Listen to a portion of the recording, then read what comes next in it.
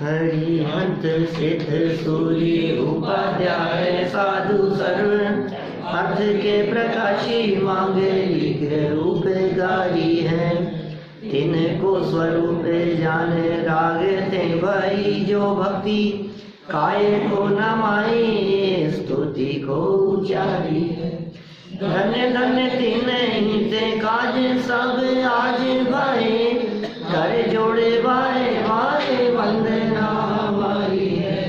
मंगल कल्याण सुख है सो हम चाहते हैं। ओ मेरी ऐसी दशा जैसी तुम्हारी है। ओ मेरी ऐसी दशा जैसी तुम्हारी है। ओ मेरी ऐसी दशा जैसी तुम्हारी है। क्षत्र चूड़ामणि नामक ये ग्रंथ और जीवनधर कुमार ने समझा दिया कुछ लोगों को। व्यान्य मतावलंबी कुछ समझ भी गए और कुछ नहीं भी समझे। जो समझ गए उनकी होनहार भली थी और जो नहीं समझे उनकी उपादान की योग्यता ही अभी जागृत नहीं हुई थी। कौन क्या करे, दुनिया में कौन किसे बदले, कौन किस में परिवर्तन करे। हर वस्तु का परिणमन अपनी योग्यता से होता है। जब योग्यता पकती है, जब काल पकता है तो कार्य स्वयं होता है, और जब योग्यता नहीं पकती तो समझाने वाले साक्षात तीर्थंकर परमात्मा भी क्यों न हो, वे समझाने में समर्थ नहीं हो पाते। ऋषभदेव मारीची का कितना प्रसिद्ध उदाहरण हमारे सामने है। समझाने वाले ऐसे पात्र तीर्थंकर से बढ़कर समझाने वाले कौन होंगे जगत में। सर्वोत्कृष्ट समझाने वाले माने, यदि समझाने वाले जीवों की बात करो तो कोई एक साधारण व्यक्ति समझा रहा है, कोई अध्यापक है जिसको पढ़ाने का एक्सपीरियंस है, कोई लेक्चरर प्रोफेसर है, कोई प्रिंसिपल है, कोई बहुत बड़े बड़े स्पीकर बोलने वाले लोग हैं, और बढ़ते बढ़ते बढ़ते बढ़ते कोई ज्ञानी है, कोई सम्यक दृष्टि समझाए, कोई मुनिराज समझाए, भावलिंगी संत समझा रहे हैं, गणधर खुद समझाएं बोलो कि नहीं नहीं साक्षात तीर्थंकर खुद समझाएं तो काम नहीं हो। फैमिली बैकग्राउंड कितना बढ़िया, वो सारी बातें सब कुछ होते हुए भी, इतना स्ट्रॉन्ग फैमिली बैकग्राउंड होते हुए भी समझने की पात्रता जागृत ना हो तो कोई नहीं समझा सकता है। इसलिए सच्चाई यही है कि किसी हाल में किसी को नहीं समझा सकते। ये समझाने के चक्कर में स्वयं नहीं समझना चाहता, औरों को समझाना चाहता है। जहाँ देखो वहाँ दूसरों को समझाने की वृत्ति दिखाई देती है। इनको समझा दो, इनको समझा दो। लोगों के घरों में जाते हैं ना, लोग कहते हैं पंडित जी इनको समझा दो, हमारे तो बस ये समझ जाए तो काम हो जाए, ये सुधर जाए। सबको दूसरों को समझाना है, खुद को किसी को नहीं समझना है। लेकिन भाई ये समझने का मार्ग है, समझाने का मार्ग नहीं है। ये जैन मार्ग, जैन परंपरा का मार्ग समझने का है। समझाने का विकल्प आता है, भूमिका के अनुसार ज्ञानियों को भी विकल्प आया समझाने का, और उस विकल्प के अनुसार प्रवर्तन भी दिखाई देता है। लेकिन काम होगा कि नहीं होगा ये निर्भर करता है उसकी योग्यता पर। तो कितनी स्वाधीन व्यवस्था है यहाँ, सारे कण कण स्वाधीन है, जन जन स्वाधीन है। एक एक जीव, उसके परिणाम, उसके विचार, उसकी स्वयं की योग्यता, उसका परिणमन, ये सब स्वाधीन है। इसलिए दूसरे को समझाने का विकल्प आना ये कोई बड़ी बात नहीं है, और ये अच्छा भी नहीं है। दूसरे को समझाने का विकल्प टूट जाना ये बड़ी चीज है। ज्ञानियों को भी निम्न भूमिका में समझाने का विकल्प आता है, और ज्यों ज्यों भूमिका बढ़ती चली जाती है त्यों त्यों समझाने का विकल्प भी नहीं आता। मुनिराज वर्धमान दीक्षा लेने के पश्चात 30 वर्ष की उम्र से 42 वर्ष की उम्र तक 12 वर्ष तक मौन धारण किए हुए रहे। 30 साल की उम्र में दीक्षा ले ली थी उन्होंने। दीक्षा लेने के बाद में किसी को नहीं समझाया उन्होंने, समझाने का विकल्प नहीं आया उनको। क्यों समझाएं, किसको समझाएं और क्या बोलें हम? कौन समझेगा? जिसको समझना होगा समझाया जाएगा। जीवन भर के लिए मौन धारण की प्रतिज्ञा, 12 वर्ष तक मौन रहे, नहीं समझाना हमारे को किसी को भी। जो समझेंगे जो समझ लेंगे।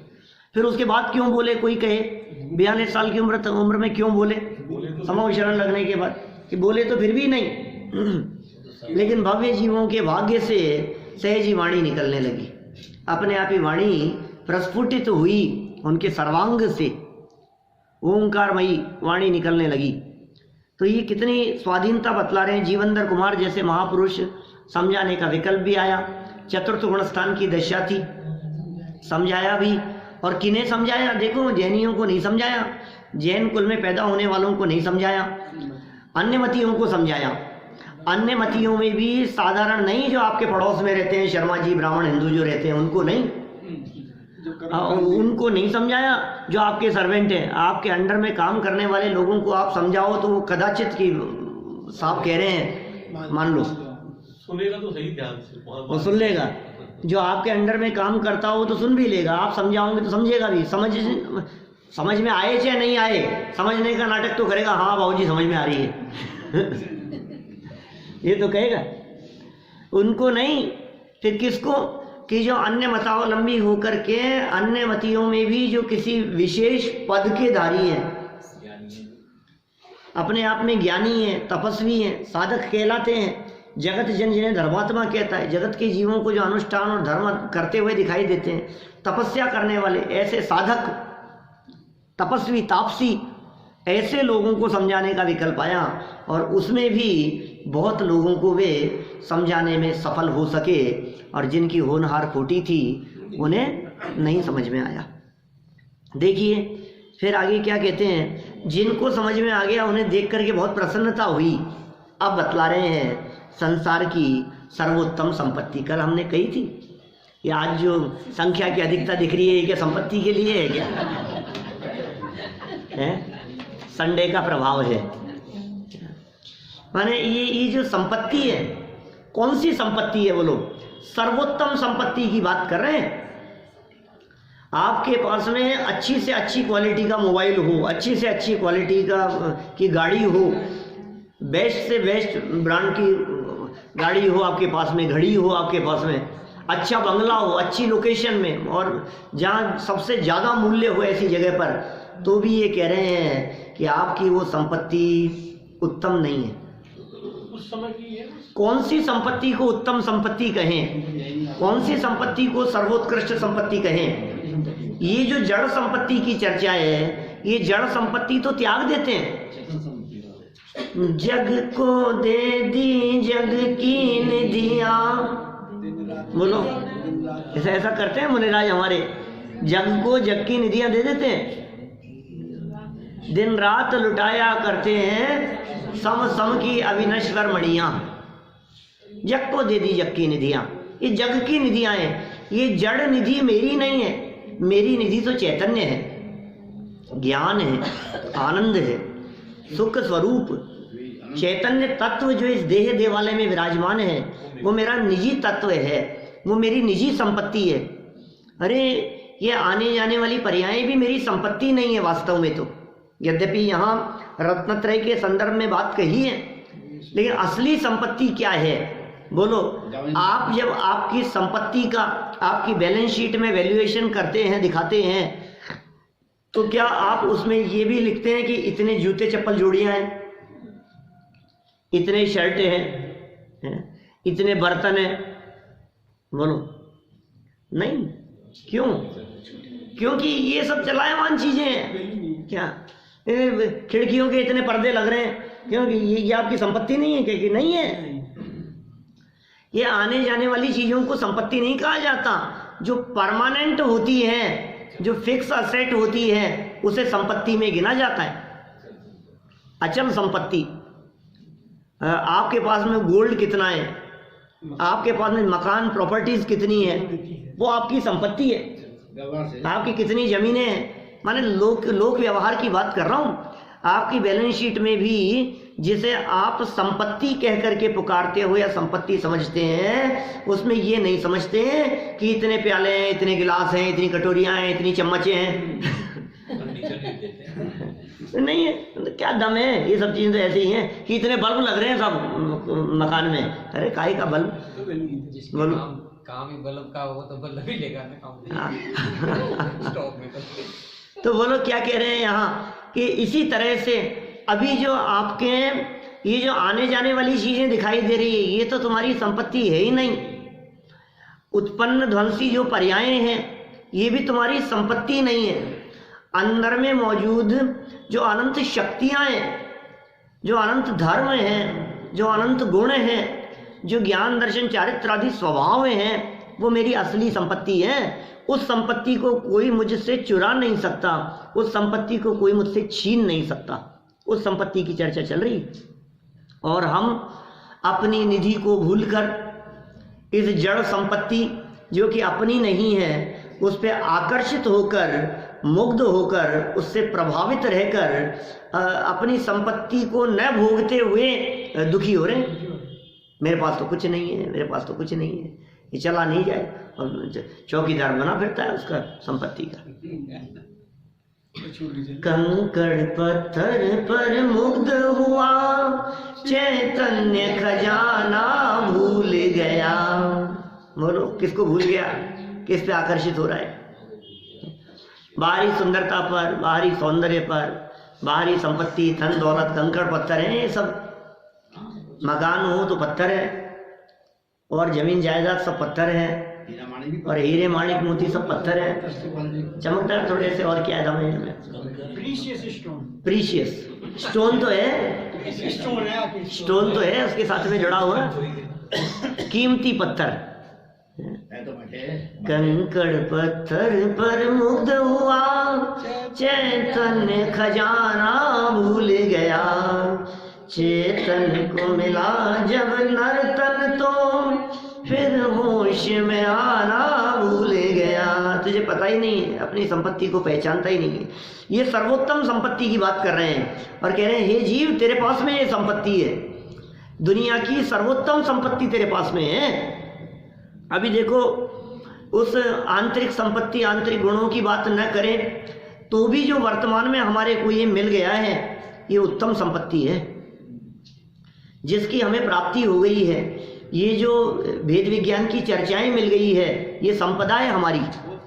और देखना, विपत्ति के काल में ये हमारी संपत्ति काम आएगी। संकट के काल में, तकलीफ के समय में, जब अत्यधिक आकुलता, बेचैनी होती हो, जब शारीरिक वेदना हो, चाहे मानसिक तकलीफ हो, ये संपत्ति आपके काम आएगी। ये असली संपत्ति है जो आपके काम आने वाली है। इस संपत्ति को यदि आपने संभाल करके नहीं रखा और दुनिया के बहकावे में आकर इसे छोड़ भागे, तो फिर क्या होगा? बोलो, दुनिया में बहकाने वाले लोग बहुत हैं, भड़काने वाले लोग बहुत हैं। आप समझो, संभालो। देखो, पढ़ते हैं अपन, बोधि लाभात् परा पुंसां भूतिः कावा जगत्त्रये, किं पाक फल संकाशैः, किं परे हृदयच्छलैः। तीनों लोकों में पुरुषों को सम्यक दर्शन, सम्यक ज्ञान, सम्यक चारित्र की प्राप्ति से उत्कृष्ट और कौन सा ऐश्वर्य है? इस तीन लोक, तीन काल में इस रत्नत्रय से बढ़कर और कौन सा ऐश्वर्य है, और कौन सी विभूति है? इस रत्नत्रय रूपी संपत्ति के बिना अहमेंद्र आदि भी दुख पाते हैं, जिनके पास में रत्नत्रय संपत्ति नहीं है। बाहर में सब कुछ हो, लेकिन आत्मा का ज्ञान नहीं हो। सबको जाना, लेकिन आत्मा को नहीं जाना। सब कुछ तो है हमारे पास में, कोई कमी नहीं है। संपत्ति में किसी प्रकार की कोई कमी नहीं है, लौकिक संपत्ति में, लेकिन आत्मज्ञान नहीं है। अहमेंद्रों के पास में कम होगी संपत्ति। 16 स्वर्गों के देवों के पास में 16वें स्वर्ग तक चले जाओ, 9वें ग्रेवक तक चले जाओ, अपार संपत्ति है, लेकिन शांति नहीं है। अनंत बार ग्रेवक उपजायो पय निज आत्मज्ञान, लेश नहीं है सुख। इकट्ठे कर लो चाहे जितने हीरे मोती, बोलो शांति मिल जाए तो बोलो गारंटी दिखती है क्या कहीं?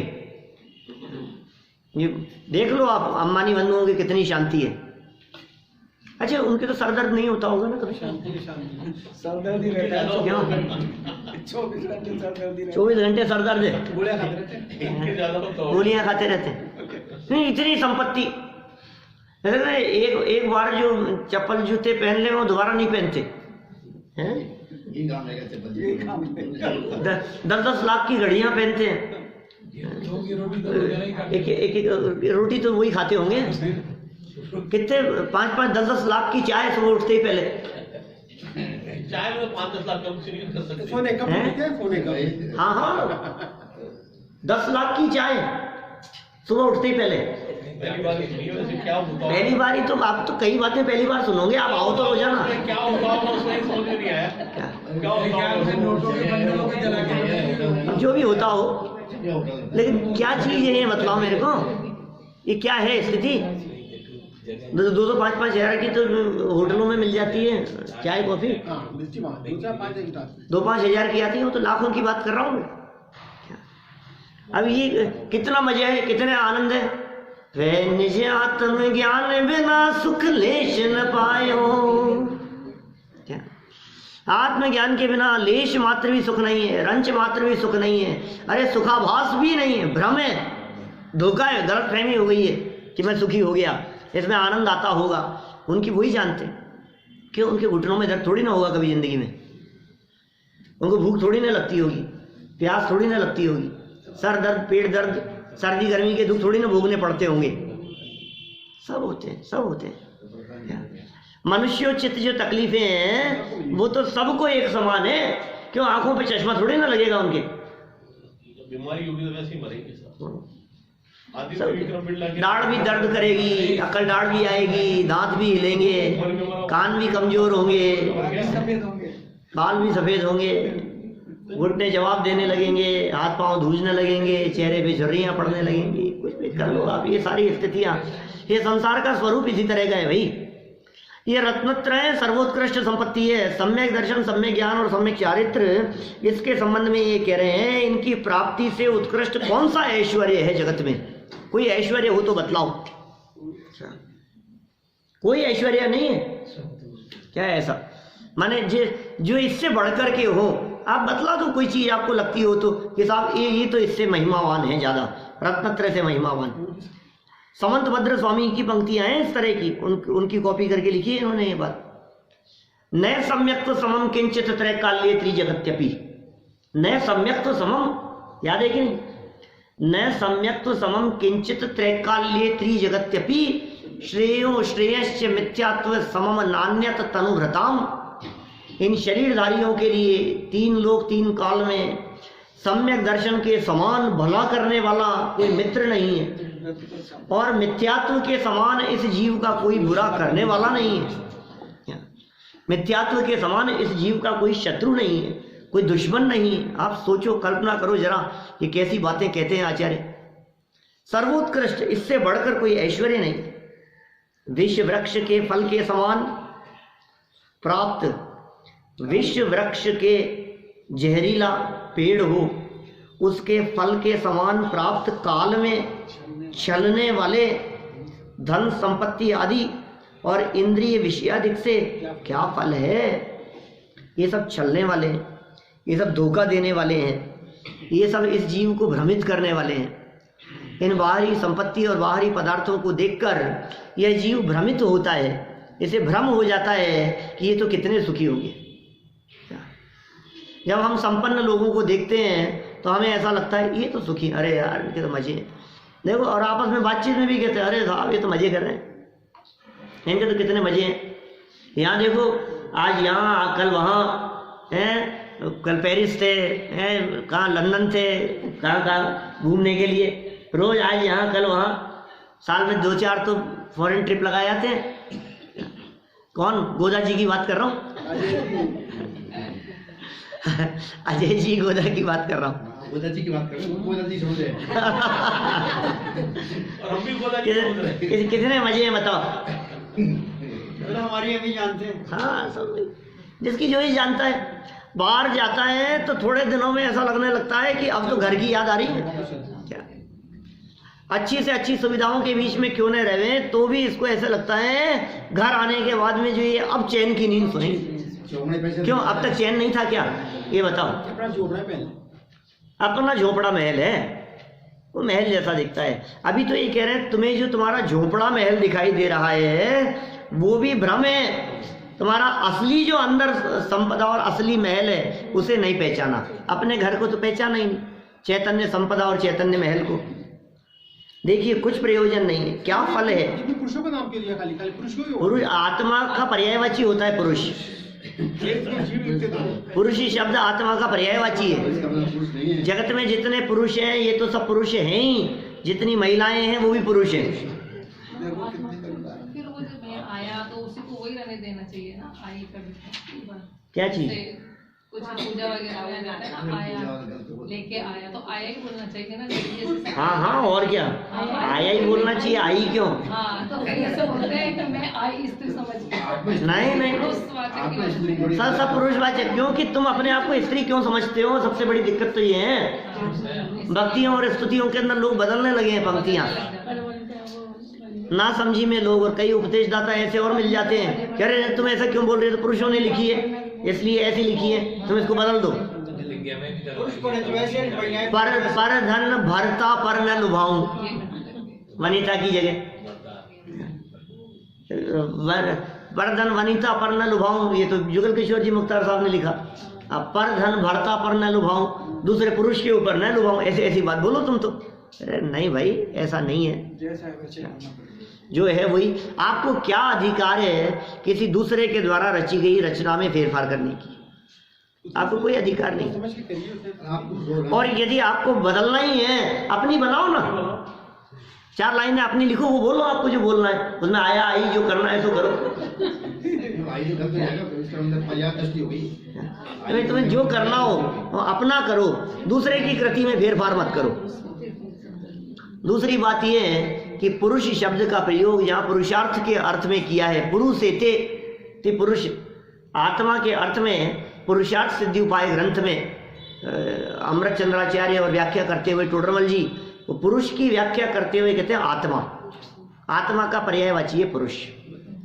तो यहाँ इन्होंने क्या कहा है कि तीनों लोकों में पुरुषों को माने आत्मा को सम्यक दर्शन, सम्यक ज्ञान, सम्यक चारित्र की प्राप्ति से उत्कृष्ट और कौन सा ऐश्वर्य है, और कौन सा ऐश्वर्य है ऐसा? विष वृक्ष के फल के समान जहरीले वृक्ष का फल कैसा होगा? जहरीला ही होगा। ये इंद्रिय के भोग ये मीठे जहर के समान है, जैसा लिखा है मधुर विष सम, मीठे जहर। इंद्रिय के भोग मधुर विष सम लावण्य, इंद्रिय के भोग मधुर विष सम लावण्यमयी कंचन काया, यह सब कुछ जड़ की क्रीड़ा है, मैं अब तक जान नहीं पाया, मैं समझ ही नहीं पाया। ये जड़ का काम है, मैं चेतन हूँ क्या? ये जड़ पदार्थ चेतन को सुखी दुखी नहीं कर सकते। ये इंद्रियों के भोग ये मीठे जहर के समान है, भोगने में लगते तो मीठे हैं लेकिन फल जो मिलता है वो जहरीला मिलता है। ये जहर है, ये मार देने वाले हैं और प्रति क्षण इन इंद्रिय भोगों में आकर्षित होकर के मर रहा है, मौत की अनुभूति कर रहा है, हर क्षण मर रहा है। कितनी सुंदर कह दी ये बात यहाँ। ये धन संपत्ति, ये चलने वाली धन संपत्ति, चलने वाली, धोखा देने वाली, नकली है ये नकली सुख है। ये इनमें दिखाई दे रहा है हमारे को सुख, ये आभास है, भ्रम है, धोखा हो गया है। कितनी बड़ी गलतफहमी हो गई है हमारे। चलने वाले, चल मतलब समझ गए ना आप, धोखा। चलने वाले धन संपत्ति और इंद्रिय विषय अधिक से क्या फल है? हमें ऐसा फल नहीं चाहिए। तो क्या फल चाहिए? तेरी फल पूजा का फल प्रभु हो शांत शुभाशुभ ज्वालाएं, ये फल चाहिए मुझे। बोलो क्या फल चाहिए? बोल बेटा तुझे क्या फल चाहिए? आम चाहिए कि एप्पल चाहिए? अनार चाहिए? तुझे कौन सा फल चाहिए ये बता। ये फूड है, वो रिजल्ट है, फल का मतलब रिजल्ट है वो। अच्छा वो फल का मतलब रिजल्ट है क्या?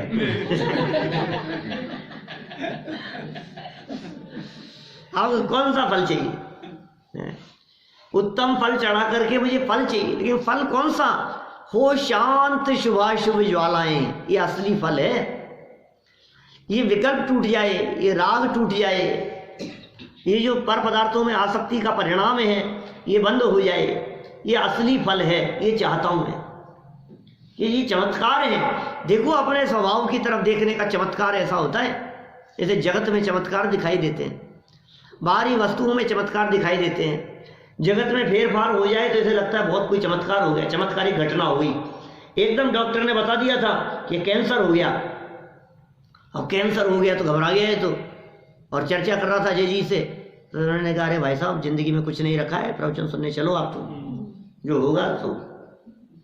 प्रवचन सुनने के लिए आ गए शाम को, यहाँ करके बैठे, आत्मा की चर्चा सुनी, और दूसरे डॉक्टर को दिखाना था सेकंड ओपिनियन के लिए। उन्होंने चेक किया तो कैंसर गायब हो गया, और साहब चमत्कार हो गया। ये कैसा चमत्कार हो गया? जैसे प्रवचन सुनने का चमत्कार है।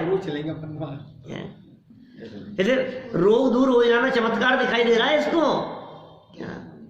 लेकिन भाई ये रोग दूर हो जाने में चमत्कार नहीं है, ये तो पुद्गलों का परिणमन है। असली चमत्कार तो रोग दूर करने का विकल्प टूट जाना, ये असली चमत्कार है। ये चमत्कार दिखता है आपको, हमें विकल्प नहीं आता।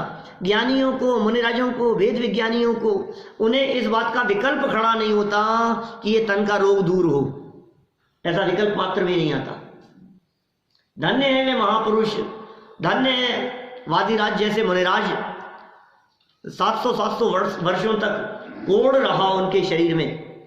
ये श्रीपाल जैसे कोटि भट्ट श्रीपाल, अनगिनती सेवक थे इनके साथ में, जिनके सबके कुष्ठ रोग हो गया था, श्रीपाल के साथ में भी। लेकिन उस कुष्ठ रोग के काल में भी इस कुष्ठ रोग को दूर करने का विकल्प मात्र भी नहीं आता है। वादिराज मुनिराज के ऐसी रिद्धि प्रकट थी उनके पास में कि वो अपना थूक लगाए ना तो वो कोढ़ दूर हो जाए, ऐसी रिद्धि थी उनके पास में।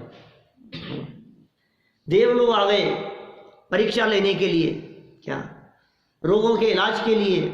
हमारे पास में सब रोगों का इलाज है, कोई है बीमार, सारे बीमारियों का इलाज है हमारे पास में। और ध्यान मग्न बैठे हैं मुनिराज, जोर जोर से पास में आकर के हल्ला मचाने लगे, शोर मचाने लगे। सुने क्या सुने उनकी,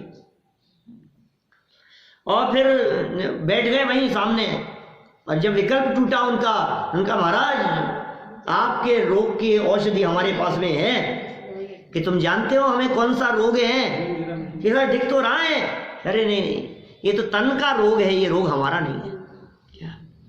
हमें इस रोग को दूर करने का कोई विकल्प नहीं। जन्म जरा मरण का जो रोग है, रागादि का जो विकल्प रूप जो रोग बचा है, उस रोग को दूर करना है। बहुत बड़ी बीमारी तो दूर हो चुकी है, मिथ्यात्व और अनंतानुबंधी वाली। अप्रत्यय ख्यानावरण और प्रत्यय ख्यानावरण भी बहुत बीमारी चले गई। अब तो ये हल्की सी बीमारी बची है, संज्वलन जैसी, क्या। और ये रोग भी दूर हो जाए, तुम यदि इसको दूर करने में समर्थ हो तो बात करो। चरणों में झुके देव लोग अपने असली रूप में आ गए सामने। किसको दूर करें? ये इसको बाहरी संपत्ति और बाहरी चमत्कार इनकी आ रही है महिमा, लेकिन भाई ये शरीर और ये इंद्रियां ये सब जड़ हैं, इसके फल से ज्ञानियों को कुछ प्रयोजन नहीं होता। हमें कुछ प्रयोजन नहीं है। क्या साध्य? इससे खुद साध्य की प्राप्ति नहीं होगी। असली साध्य तो क्या है अपना? ये सर्व विकल्प टूट जाए, निर्विकल्प आत्मा की अनुभूति। असली जो आनंद है वो असली आनंद बाहर में मोबाइल में नहीं है, टीवी में नहीं है, खेलने कूदने में आनंद नहीं है। ये सारे आनंद उस चैतन्य के आनंद के आगे पानी भरते हैं, ऐसा आनंद है। अभी ये शब्द कहते हैं ना तो सबको ऐसे लगता है पता नहीं क्या कह रहे हैं यार, आज आत्मा के आनंद की बात करते हैं। कभी चखा नहीं ना वो आनंद। एक बार वो आनंद चख ले तो फिर जगत के विषय आनंददायक नहीं दिखते, फिर जगत के विषय इस जीव को आकर्षित करने में समर्थ नहीं होते। देखो जरा क्या कह रहे हैं, सरल अर्थ में क्या कहते हैं, फिर विशेष अर्थ में क्या बात खोलते हैं। ये 3 लोक और 3 काल में। 3 लोक जानते हैं?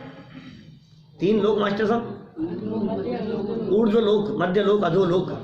3 लोक कितना बड़ा है, कहने में कह दिया हमने 3 लोक 3 काल। बहुत बहुत स्थूल शब्द है 3 लोक 3 काल, फटाफट कह दिया। 3 लोक में कोई नहीं, 3 लोक में कोई। 3 लोक का मतलब जानते हो? आज यदि हम तुम्हारे को इतना सा कह दें कि जयपुर में मनोज जी जैसा कोई नहीं है, तो ऐसे लगता है पूरे जयपुर में, भाई साहब पूरे जयपुर में कोई नहीं है इन जैसा। तब तो समझ में आता है, 3 लोग 3 काल कहने पे भाव वजन ही नहीं होता हमारे को। क्या बोलो, माने 3 लोग 3 काल तो मतलब हाँ कह दिया हो कहने के लिए, क्या दम है 3 लोग में? डिग्री है। अरे जयपुर की बात नहीं कर रहे, पूरे हिंदुस्तान में कोई नहीं है आज इन जैसा। है कोई व्यक्ति बतलाओ जिसे हिंदुस्तान में नंबर 1 पर रखा जा सके?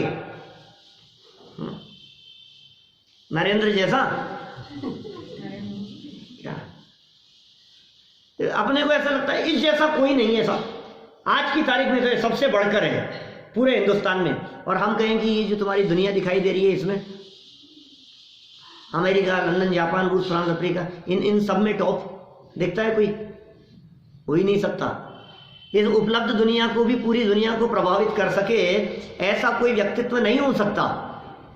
तो बात इस दुनिया की नहीं है, बात इस आर्यखंड की नहीं है, बात आर्यखंड और 5 म्लेच्छ खंडों की नहीं है, अकेले भरत क्षेत्र की नहीं है। बात क्या कह रहे हैं यहाँ? अकेला भरत नहीं, अकेला ऐरावत नहीं, विदेश क्षेत्र भी, और न केवल जम्बू द्वीप, पूरा 2.5 द्वीप, और 2.5 द्वीप ही नहीं, असंख्यात द्वीप समुद्र, और उनमें सब मिला लो, और उनमें कर्म भूमियाँ भी, भोग भूमियाँ भी, और चक्रवर्ती सम्राट भी विदेश क्षेत्र में वर्तमान में मौजूद, सारे के सारे। और न केवल मध्य लोक, सारा अधोलोक, सारे भवनवासी, सारे व्यंतर, सारे ज्योतिषिक हैं, सब वैमानिक, 16 स्वर्गों के देव, इंद्र, हेमेंद्र, सब शामिल कर लो आप इस पूरे 3 लोकों में। अब बताओ 3 काल हो रहे आप तो, और अभी 3 काल और लगा दिए। अकेले 3 लोक की बात नहीं, 3 काल बहुत भविष्य हो। 3 लोक तिहु काल माही नहीं, दर्शन सो सुखकारी, और सकल धर्म को मूल यही है। रत्नत्रय सकल धर्म को अभी बज रही थी वहां नशिया में, की बैठक थी ना उनके पाटनी जी के, अभी वहां यही लाइनें चल रही थी, सकल धर्म को मूल यही। अब किसी को कहो वहां खड़े हुए हजारों लोगों में कि ये क्या है, ये सकल धर्म को मूल, बोलो किसी को कह रहे हैं ये धर्म का मूल है? गाने की लाइन है, गाने के लिए, सुनने सुनाने के लिए चल रही है, और अनुवाद करते हुए भी बोलते हैं सारे धर्म का मूल यही रत्नत्रय है, यही सम्यक दर्शन है। वो बहुत तेज स्वर में, और सारी पब्लिक सुने रोड तक, ऐसा ऐसा बजता है, ऐसा चलता है, सब सुन रहे हैं, सारे धर्म का मूल, धर्म का मूल। अब मूल की तो खबर नहीं है, और पेड़ खड़ा करना चाह रहे हैं धर्म का, तो बिना जड़ के पेड़ कहाँ खड़ा होगा? ये धर्म की जड़ की बात कर रहे हैं, या असली धर्म की चर्चा कर रहे हैं? सकल धर्म को मूल रत्नत्रय। एक बात हमारी नहीं है, सारी बातें आचार्यों की कही गई है, सारी बातें विद्वानों की, ज्ञानियों की कही गई है। ग्रंथ भरे पड़े हैं ऐसे ऐसे वचनों से, लेकिन कोई पढ़ना ही नहीं चाहता, कोई सुनना ही नहीं चाहता है, किसी को समझना ही नहीं, किसको क्या पढ़ी है, क्या समझे, कौन सुना है, देखा कुछ पढ़ा है? देखो क्या कितनी सुंदर बातें कही है। 3 लोक 3 काल में जिन धर्म अर्थात रत्नत्रय की प्राप्ति, ये जिन धर्म है रत्नत्रय की प्राप्ति, नहीं चाहता जैन धर्म बिना चक्रवर्ती भी होना। बोलो, दर्शन स्तुति में बोलते हैं, हे जिनेंद्र देव, जैन धर्म के बिना चक्रवर्ती होना भी मेरे को नहीं चाहिए, पोसाता नहीं है, और जैन धर्म से सहित दरिद्री का होना वो भी मेरे को पोसाता है। गरीब हो, शाम को भोजन की व्यवस्था नहीं हो, रोटियों की व्यवस्था नहीं हो, फटे पुराने कपड़े पहने हुए हो, लेकिन जिन धर्म अंदर में हो तो हमारे को पोसाता है। लेकिन चक्रवर्ती की संपदा हो और जिन धर्म से दूर हो, ये हमारे को पोसाता नहीं। कहां से निकलती है ज्ञानियों के अंदर से ये पंक्तियां? बोलो, कितना अंदर, कितनी गहराई में बैठ करके ज्ञानी धर्मात्मा पुरुष बात करते होंगे, और उनकी दृष्टि में ये संपत्ति, ये बाह्य वैभव, ये विभूतियां, ये कितनी तुच्छ दिखती होगी। एक वे ज्ञानी धर्मात्मा पुरुष हैं जो चक्रवर्ती की संपत्ति को भी तुच्छ समझ बैठे हैं, और दूसरी तरफ हम हैं जो हमारे को थोड़ी सी ये मिल गई है खुरचन, और जिसके प्रति हम ऐसे चैंटे पड़े हैं कि छूट नहीं जाए, चले नहीं जाए, कम नहीं हो जाए, वैभव कम नहीं हो जाए, कोई ले नहीं जाए, मांगने वाले नहीं आ जाए, लुटेरे नहीं आ जाए, लूटने वाले नहीं आ जाए। बोलो, घबराता है, डरता है।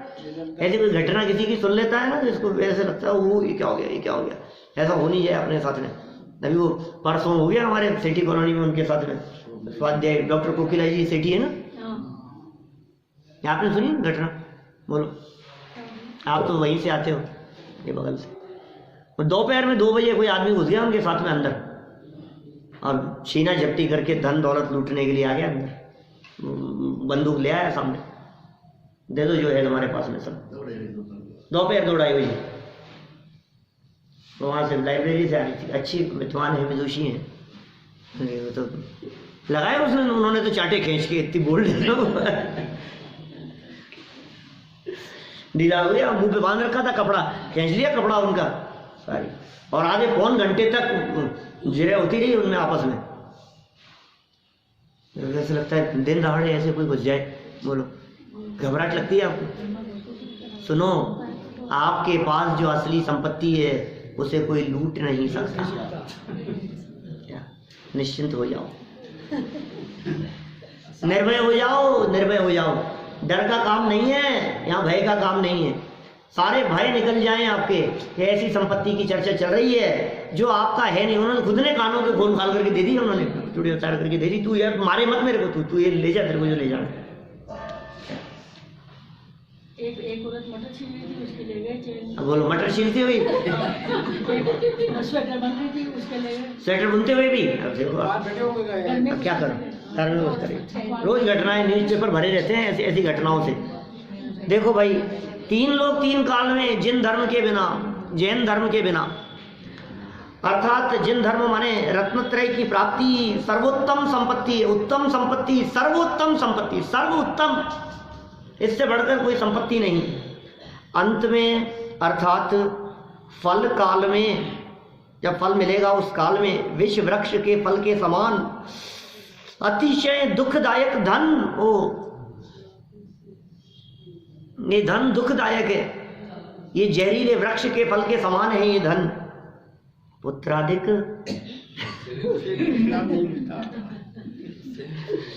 ये धन के साथ में क्या कह रहे हैं ये पुत्राधिक, हम थोड़ी ना लिख रहे हैं,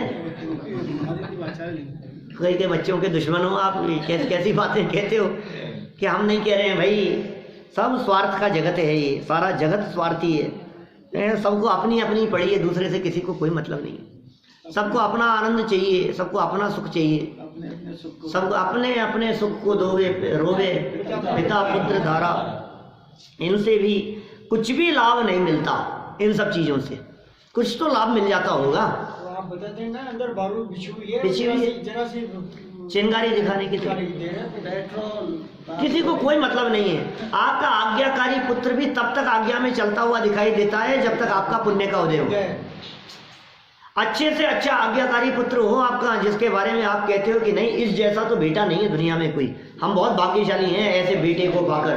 तो भैया जब तक तेरे पुण्य का उदय है तब तक तुझे वो आज्ञाकारी दिखाई दे रहा है। एक वाक्य उस बेटे के अगेंस्ट जाकर के देख, वो पलट करके जवाब दे देगा, पता लग जाएगा तेरे को इतना आज्ञाकारी है।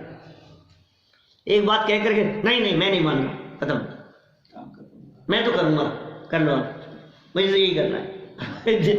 देखो बच्चों की हालत घर घर में दिखती है हमारे, सुनते नहीं है क्या? और आप उन्हें 2 बात कहो तो आपको 4 सुना देवे, और यदि नहीं सुना रहे हैं तो समझ लेना थोड़ा सा उदय अच्छा चल रहा है। और ये कब उदय बदल जाए घमंड करने की जरूरत नहीं है। सब किसी को किसी से कोई मतलब नहीं है, किसी को भी किसी से कोई मतलब नहीं है, कुछ लाभ नहीं मिलता, इनसे भी कुछ लाभ नहीं मिलता।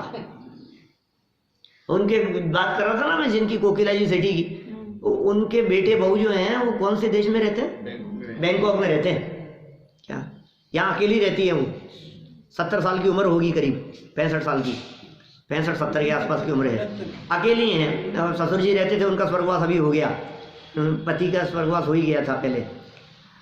बेटे बहू रहते हैं बाहर, और लंबा चौड़ा मकान है यहाँ, तो अभी मकान बनवा रही हैं खुद अकेली खड़ी रह करके। क्यों कि बेटे ने कहा है कि मम्मी इतना बड़ा मकान है, अब थोड़े कमरे आप बनवा लो, थोड़ा अच्छा हो जाए क्या। अब वो वहाँ से आदेश आ गया बेटे का, अभी लगी है यहाँ बनवाने, क्या करे मतलब। कारीगरों से जरे करते रहो, भैंस करते रहो, बनवाते रहो। किसके लिए बनवा रहे हैं? उसके लिए बनवा रहे हैं जो परदेश जाकर के बस गया है। क्या वो उसका आदेश है, आप तो हमारे लिए काम करते रहो बस। क्या क्या करते हैं? ये जो बच्चे हैं जिनको आप अपने बुढ़ापे का सहारा समझते हो, ये आपके बुढ़ापे का सहारा नहीं है, आप उनके नौकर हो। आप काम करते रहो उनके लिए, आप सहयोग करते रहो उनका, आप लड्डू बना बना करके खिलाते रहो बेटे को। आज पापड़ बना दिए, आज ये बना दिए, बेटा ये बस करते रहो, तुम लगे रहो इसी में। क्या यही स्वरूप सारे जगत का। अब ये आचार्य कह रहे हैं यहाँ पर, ये शास्त्र समझा रहे हैं, अब इसके समझ में थोड़ी ना आती है। क्यों नहीं समझ में आती है? क्योंकि पुण्य का उदय, ये पुण्य का उदय इसको समझने नहीं देता है। क्या मोह की पट्टी बंधी हुई है आंखों के ऊपर, ये इसका पुण्य का उदय ऐसा दिखता है। नहीं पंडित जी, आपने जितनी बातें कही है ना, ये तो उनके बच्चों के लिए कही है, हमारे तो नहीं है ऐसे। हमारे तो एक ही बच्चा है, हमारे तो आज्ञाकारी है, हमारे तो बस, हमारे बच्चे तो बहुत अच्छे हैं भाई, बहुत संस्कारित हैं। कि सुनो, ये संस्कार तब तक ही है जब तक तुम्हारे पुण्य का उदय है। सारे संस्कारों को ताक में धर देता है जब तेरे पाप कर्म का उदय आता है। तो सबको अपने अपने उदयानुसार व्यवस्था मिलती है, कर्म के उदय के अनुसार व्यवस्था मिलती है। ये बात यदि हृदय में बैठ जाए, ये बात श्रद्धा के लेवल पर उतर जाए, ये बात जब अंतर में उतरती है, जब रत्नत्रय प्रकट होता है, तो कहते हैं अब तुझे असली संपत्ति मिल गई। अब परिस्थितियां बाहर में कैसी भी हो तो दुखी नहीं होगा, ये संपत्ति मिल गई तुझे। और नारबेल बूटी आपस में आ गई ना। बोलो, अब ये चीज मिल गई है जिसके कारण वो मिथ्यात्व चला गया, जिसके कारण कषाय चली गई, जिसके कारण आकुलता चली गई। सारा आकुलता तो अज्ञानता के कारण है, अब ज्ञान हो गया, अब समझ हो गई, कोई तकलीफ ही नहीं। जितनी तकलीफ है, सारी तकलीफ को दूर करने का उपाय है ये तत्व ज्ञान। सारे संकटों को जीतने का उपाय है। सारे संकट जहाँ खत्म हो जाएं, ये ऐसी चीज है, ये ऐसी निधि मिल गई है, ऐसी संपत्ति मिल गई है हमारे को। ये जो चीजें मिल गई है भाई साहब, इनको संभालो, इनको संभाल करके रखो। और ये कैसे संभलेंगी कि इनको बार बार चिंतन का विषय बनाओ, इनको बार बार हमारे विचारों में, चिंतन में, सोच में, उसमें जितनी ज्यादा आएगी उतनी ज्यादा ये कार्यकारी होगी, लाभकारी होगी। देखो विशेषार्थ पढ़ के पूरी करते हैं बात। किम्पाक फल का अर्थ विश्व वृक्ष का फल है। ऊपर किम्पाक फल शब्द दिया था ना सेकंड लाइन में संस्कृत में, किम्पाक फल सकंक्षयी, उसके समान वो विश्व वृक्ष का फल है। यह फल देखने में अत्यंत सुंदर और खाने में अत्यंत मधुर और अनुपम होता है। ओहो गजब है भाई। खाना है क्या? आगे भी पढ़ लिया, आगे भी पढ़ लिया। कैसे कैसे फल की बात करें? अत्यंत सुंदर, बहुत सुंदर फल है। और क्या गजब है, देखते ही ऐसा मन ललचाए कि खा लो इसको। और न केवल देखने में सुंदर है, खाने में भी अत्यंत मधुर है, और ऐसा जिसकी कोई उपमा नहीं दी जा सकती हो। परंतु जो उसे खाएगा उसका नियम से मरण ही होता है। जो खाएगा वो मरेगा। बोलो क्या करें? खाया और मरा, ऐसा फल तो मरण के लिए ही उपयोगी है, जीवित रहने और उत्कर्ष के लिए नहीं। जिनको जिंदा रहना हो उनके लिए ये फल किस काम का? ये तो मरने के लिए, मरने के लिए उपयोगी है। जिसको मौत पसंद हो वो ऐसे फल को खाए। इंद्रिय के भोगों को चाहने वाले और भोगने वाले जीव उनकी दशा का चित्रण कर रहे हैं। भोगते समय तो मधुर मधुर दिख रहे हैं, मजा आ रहा है, मजा आ रहा है, मजा आ रहा है। और फिर उसके बाद देखो आगे पढ़ो। धन पुत्रादिक भी किम्पाक फल के समान ही प्राण नाशक है। ये प्राण घातक है। कौन कौन प्राण घातक है? धन और पुत्रादिक। पुत्र अधिक, आदि में सब लगा लेना, आदि में सारी बातें आ गई। पुत्र अधिक के अंदर पुत्र तो है ही, पुत्री भी हो गई, पुत्र वधु भी हो गई, और पत्नी भी हो गई, और पुत्रादिक के अंदर भाई भी हो गए, और पुत्रादिक में तुम्हारे माता पिता भी हो गए। सारे रिश्ते नाते हो गए। क्या तुमने यदि गलत राह पर चलने का प्रयास किया तो ये जो माता पिता जो तुम्हें अपना अपना कहते थे, राजा बेटा कहते थे, ये अखबार में निकलवा देंगे कि इससे हमारा कोई संबंध नहीं है। बोलो संपत्ति अखबार में निकलवा देंगे, इससे कोई संबंध नहीं है, इसको कोई उधार देगा और कर्ज देगा तो हम नहीं चुकाएंगे क्या? ये नुकसान करता रहता है, ये दुनिया को लूटता रहता है, ये क्या करने लग गया ये? हमारा इससे कोई संबंध नहीं है, हमारा बुढ़ापा शांति से निकले, इसलिए अच्छा यही है कि इससे इस बेटे से संबंध तोड़ दो। अब बोलो कैसा स्वरूप है?